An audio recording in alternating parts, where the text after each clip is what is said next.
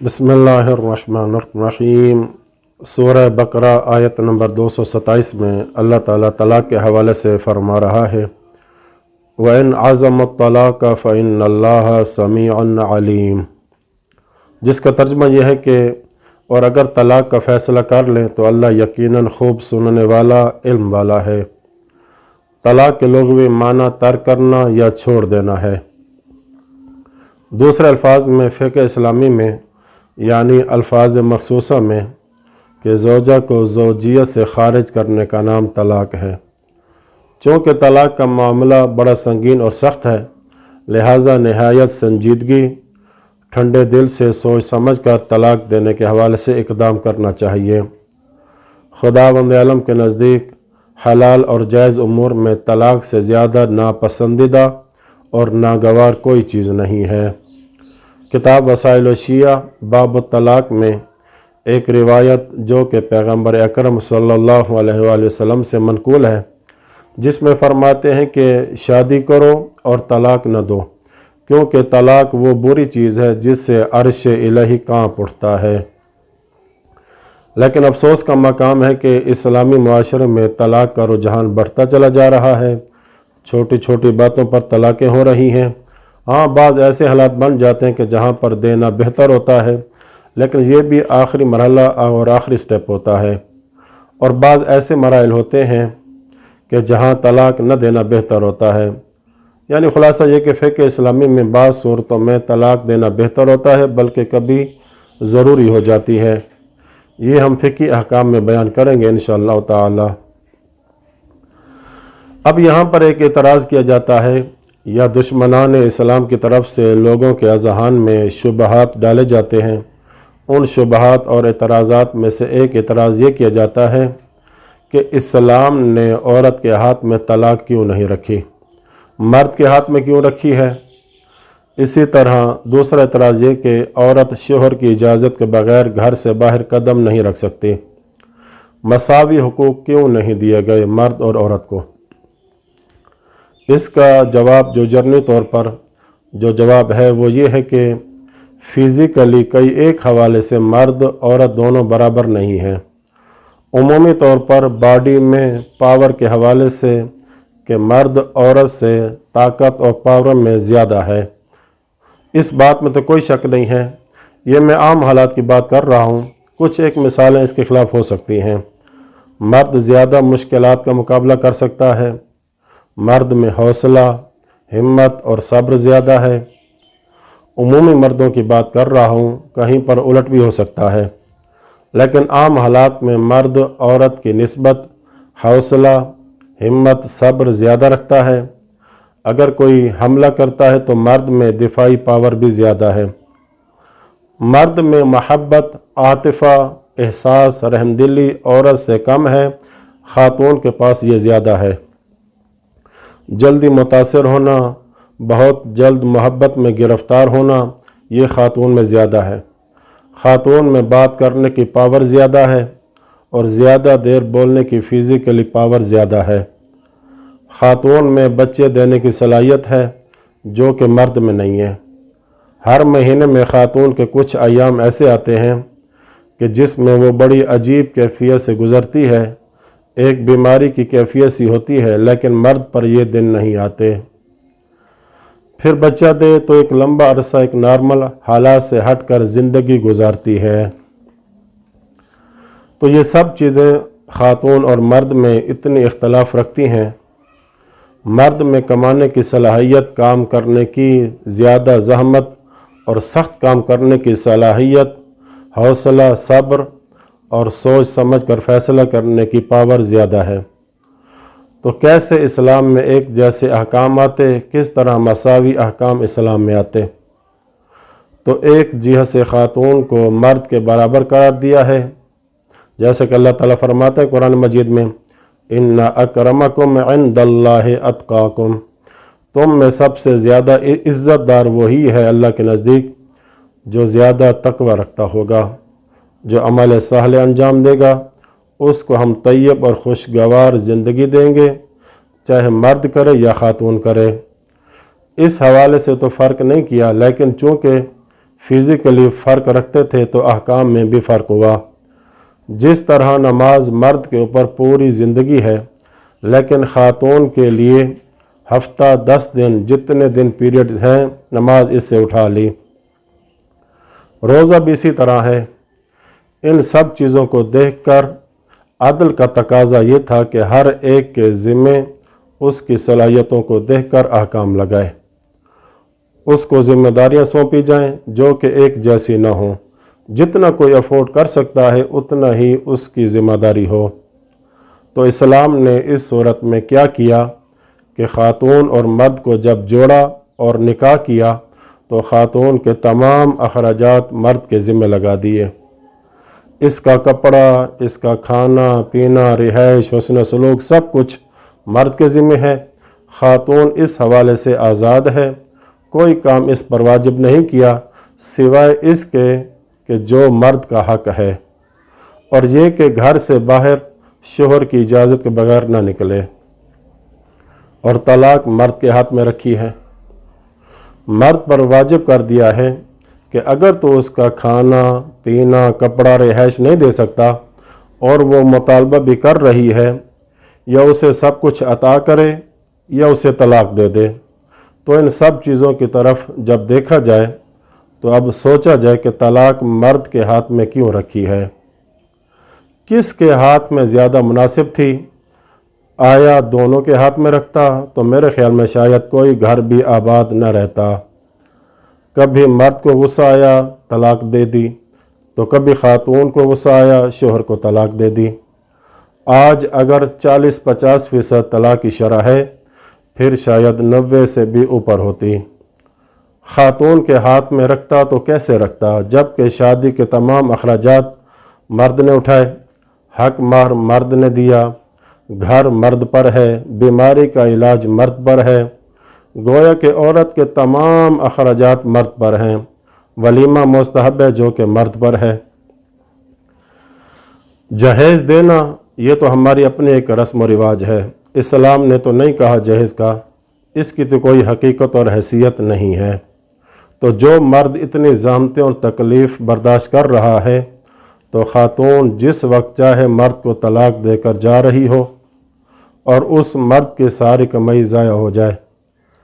اور پھر ساتھ یہ بھی کہ خاتون غصے میں بھی جلدی آتی ہے، اللہ نہ کرے یہ کسی اور سے مثلا تعلق بنا لے یا دوست بنے، تو اس میں زیادہ سوچنے کی بھی صلاحیت نہیں ہے جتنی مرد میں ہے، اور ایسے واقعات ہو رہے ہیں آپ کے سامنے ہیں۔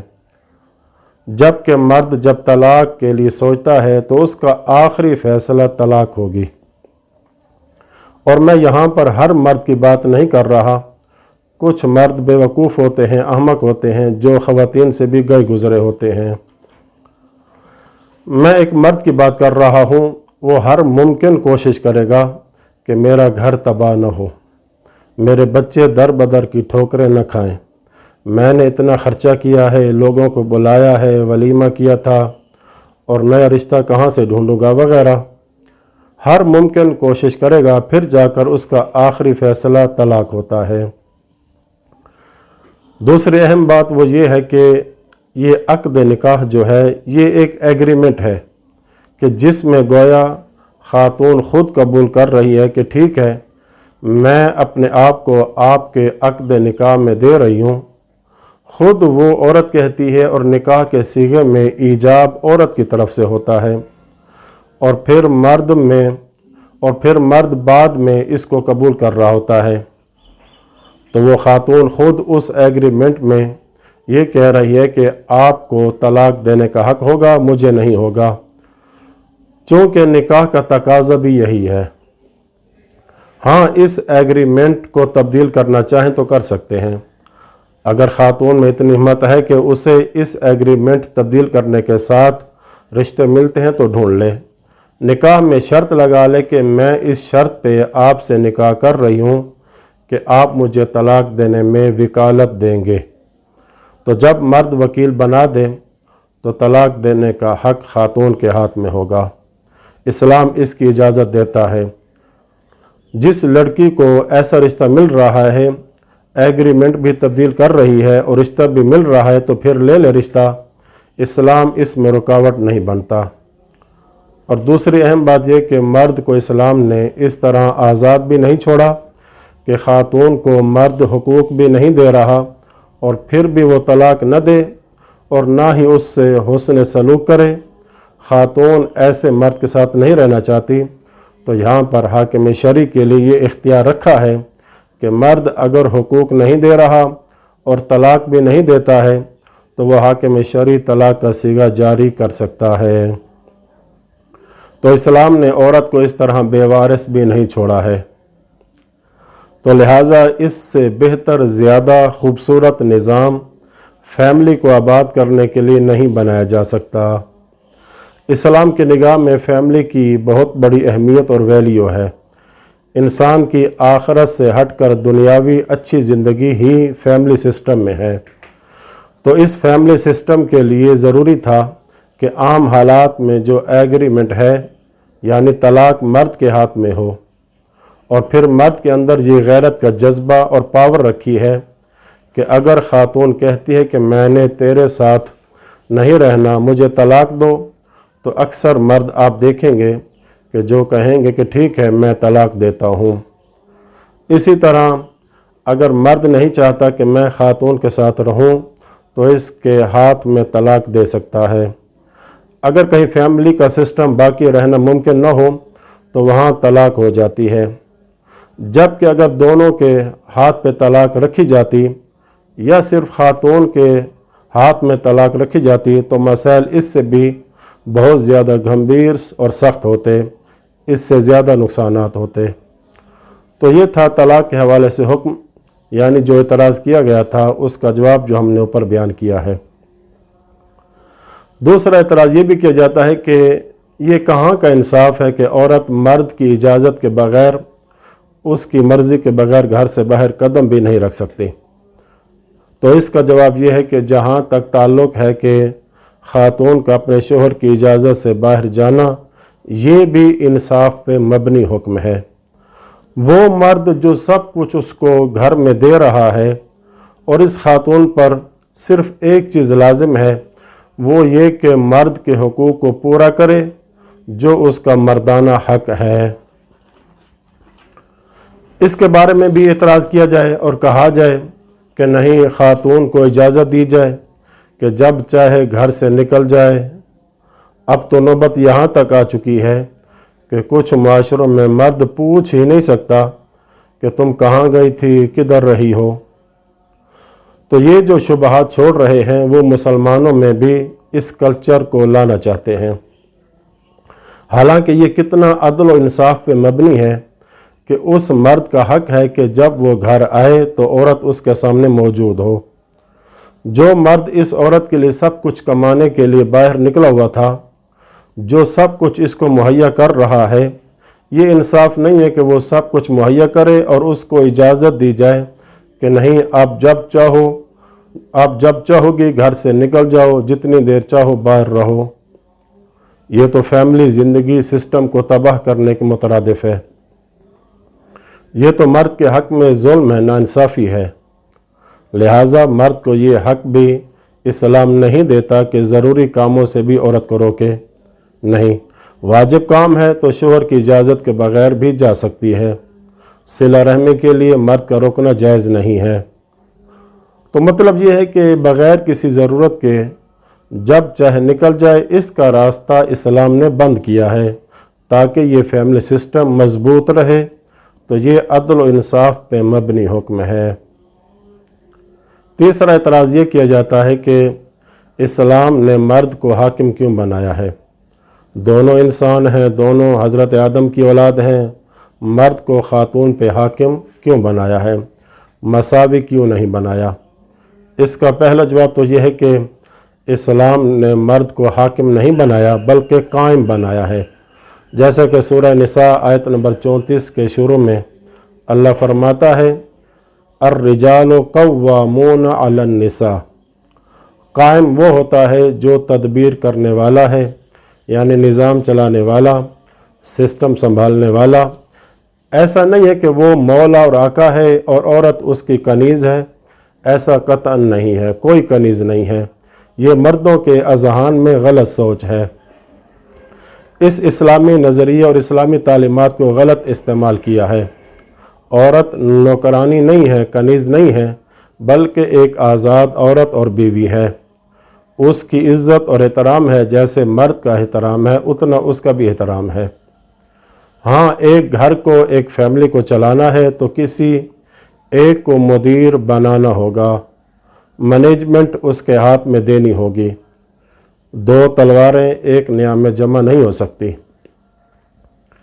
تو کس کے ہاتھ میں دینا بہتر تھا؟ تو جواب یہ ہے کہ یقیناً مرد کے ہاتھ میں دینا زیادہ بہتر ہے، اس لیے کہ مرد کماتا ہے، مرد خرچ کرتا ہے، اس لیے کہ مرد دفاع کرتا ہے، اس لیے کہ مرد طاقت میں زیادہ ہے، اس لیے کہ مرد میں خوف کم ہے، ڈر کم ہے، صبر حوصلہ زیادہ رکھتا ہے۔ تو یہ تمام اوصاف مینجمنٹ کے لیے چاہیے تھیں، گھر کے لیے چاہیے تھیں، تو وہ صرف مرد میں زیادہ ہے۔ اور میں یہ بار بار کہہ رہا ہوں کہ یہ عمومی بات کر رہا ہوں، بعض خاص حالتوں میں مثالیں اس کے الٹ ہو سکتی ہیں۔ اسلام نے عام حالات کو دیکھا ہے۔ تو جب ایک ہی کو بنانا تھا، دو نہیں بن سکتے تھے، تو وہ مرد زیادہ حق رکھتا تھا اور زیادہ اولا اور بہتر تھا، اس لیے کہ فزیکلی جو پاور زیادہ ہے، اقتصاد اس کے ہاتھ میں ہے، دفاع یہ مرد کر سکتا ہے، ارادے اور فیصلے کی پاور اس میں زیادہ ہے۔